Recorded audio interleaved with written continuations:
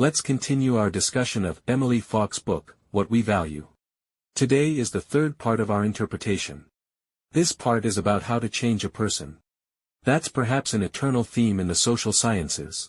And here we'll look at first principles offered by neuroscience. So, can people change? Many believe people are fixed.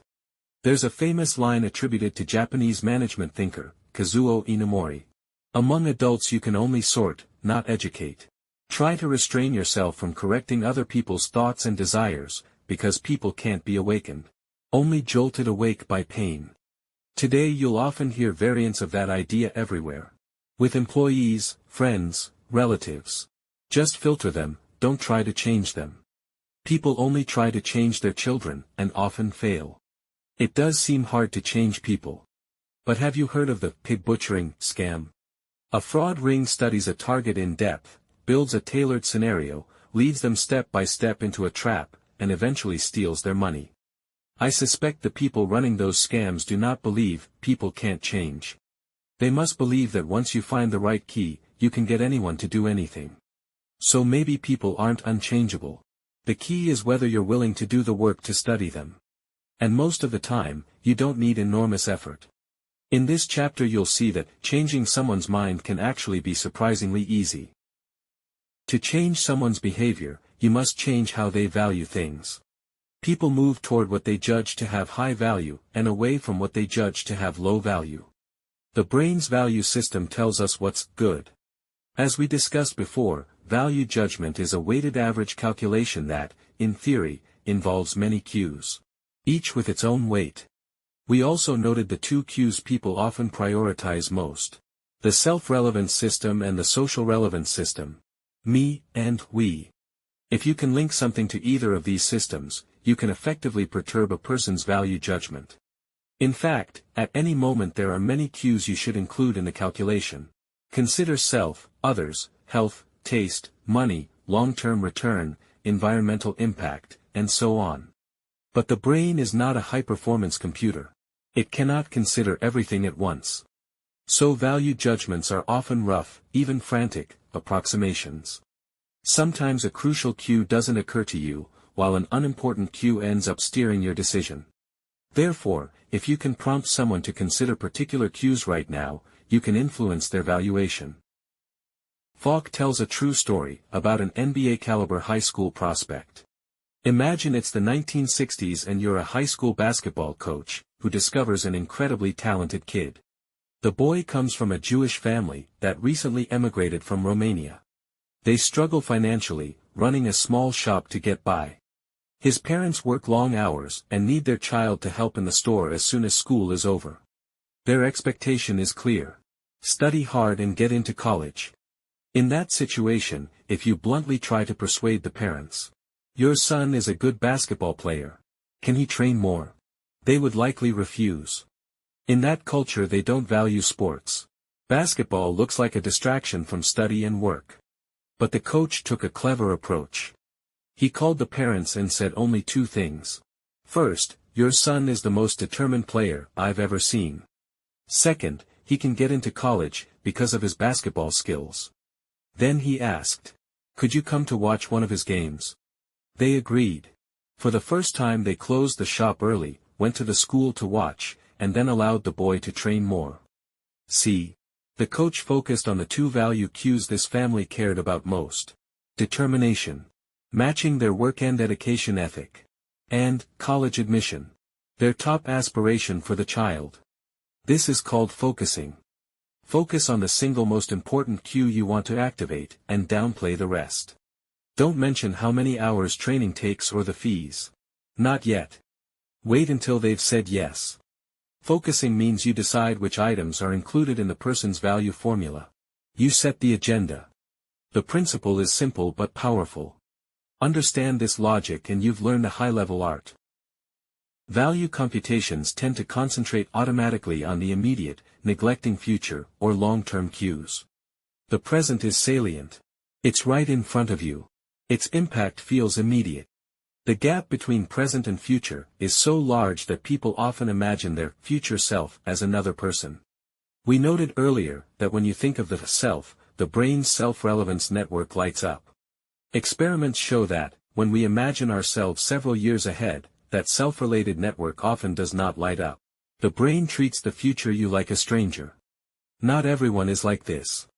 Some people's brain activity shows the present and future selves activate the same area. Research finds that, the closer your neural representation of now and later are, the more patient you are. Isn't that remarkable? Bring a child into a lab, ask them to imagine themselves 5 years from now and to recall yesterday. If the same brain region lights for both, that child is more likely to succeed later. They're more willing to sacrifice now for future gains. They can delay gratification. Those who treat their future self as someone else tend to lack patience and eat the marshmallow immediately. And sadly, most people fall in this second camp. With this in mind, when you want to persuade someone to do something, don't emphasize how great it will be in the future. Because they don't care. Emphasize immediate benefits. A Stanford team ran an experiment in a campus cafeteria to get students to eat more vegetables. Emphasizing vegetables are good for your health didn't work well. Health is future-oriented for young people. But telling students this is delicious, giving tasty, present rewards, worked. Call a dish herb honey vinaigrette carrots or crispy Sichuan garlic green beans, and students choose them. Same principle. To make kids read more, don't lecture about long-term career benefits. Let them read things they find interesting first. Once they get into reading, you can build from there. For a socially reserved employee, inviting them to a company event by promising networking opportunities is weak. Promise they'll meet a few interesting people and have pleasant conversations now. People live by enjoy today, worry tomorrow. If you must do something you dislike, say, running. The best persuasion isn't willpower. Tie it to something you enjoy. For example, allow yourself one candy after each run, or permit yourself to listen to an audiobook while running. But note, we're not forced to only care about the present. The brain has no fixed hardware that mandates short-sightedness. Present cues simply leave deeper impressions. If you can shift someone's focus to the future, make long-term cues more vivid, they will choose health over instant taste. Stanford did an experiment using AI to create an aged avatar of each participant. Participants could talk face-to-face with their older simulated self. After a brief conversation, the future became concrete. Participants doubled the amount they were willing to save for retirement. Everything is about focus. Similarly, when introducing a product, if you lead with price, the customer's value computation quickly centers on, is this practical? If you first lead with sensory delight and the pleasure the product gives, price matters less. Order matters. Whichever you let them notice first becomes the focal cue. Falk recounts a hiring study that reads like a social hacking lesson. Imagine your company is interviewing. The first candidate is technically strong, but poor at social communication. You find talking to them effortful and think, we need people who communicate. As interviewers, you subconsciously raise the weight of social skills. Then the second candidate is fluent and charming. Naturally, they score highly. You may not really value social skill that much, but your focus has been shifted. If you're very strong in one area, a sly tactic is to bring a friend who performs poorly in that domain first. By contrast, you appear excellent. You can use focusing on yourself too. You can choose to like or dislike something. A method we've often covered is cognitive reappraisal. If you're stuck in an unpleasant situation you must accept, deliberately look for its positive side. The facts don't change, but your appraisal does, which changes your emotion and makes you calmer and healthier. Think of Mencius. Forced into hardship, you can interpret it as, heaven is about to entrust me with a great responsibility. For example, moving to a remote town for work. Rather than grumble, you can look for local positives. You can selectively feed your own value formula. Our earlier concept of reframe works the same way. Choose the key cues and interpret them so you actively set the value computation.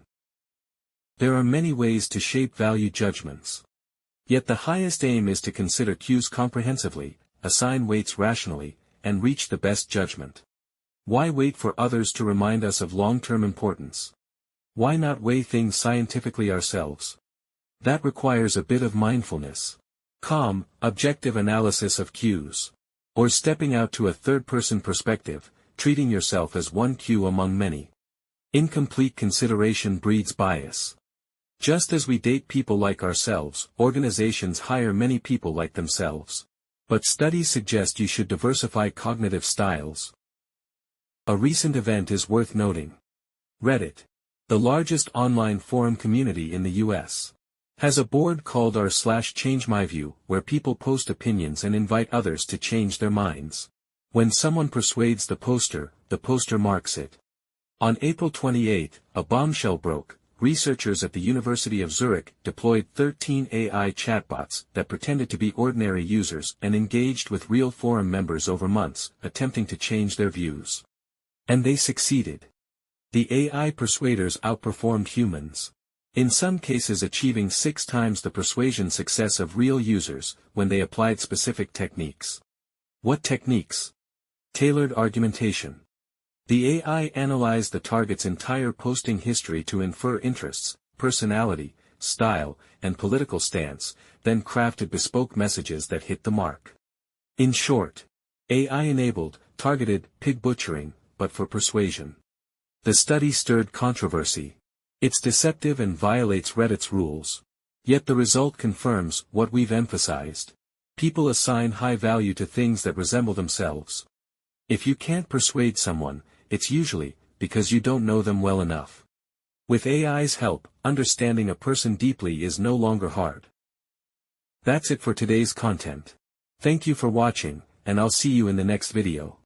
If you feel there is value in this, please like, subscribe to this channel, and leave your thoughts or suggestions in the comments section. Let's grow together and read more good books.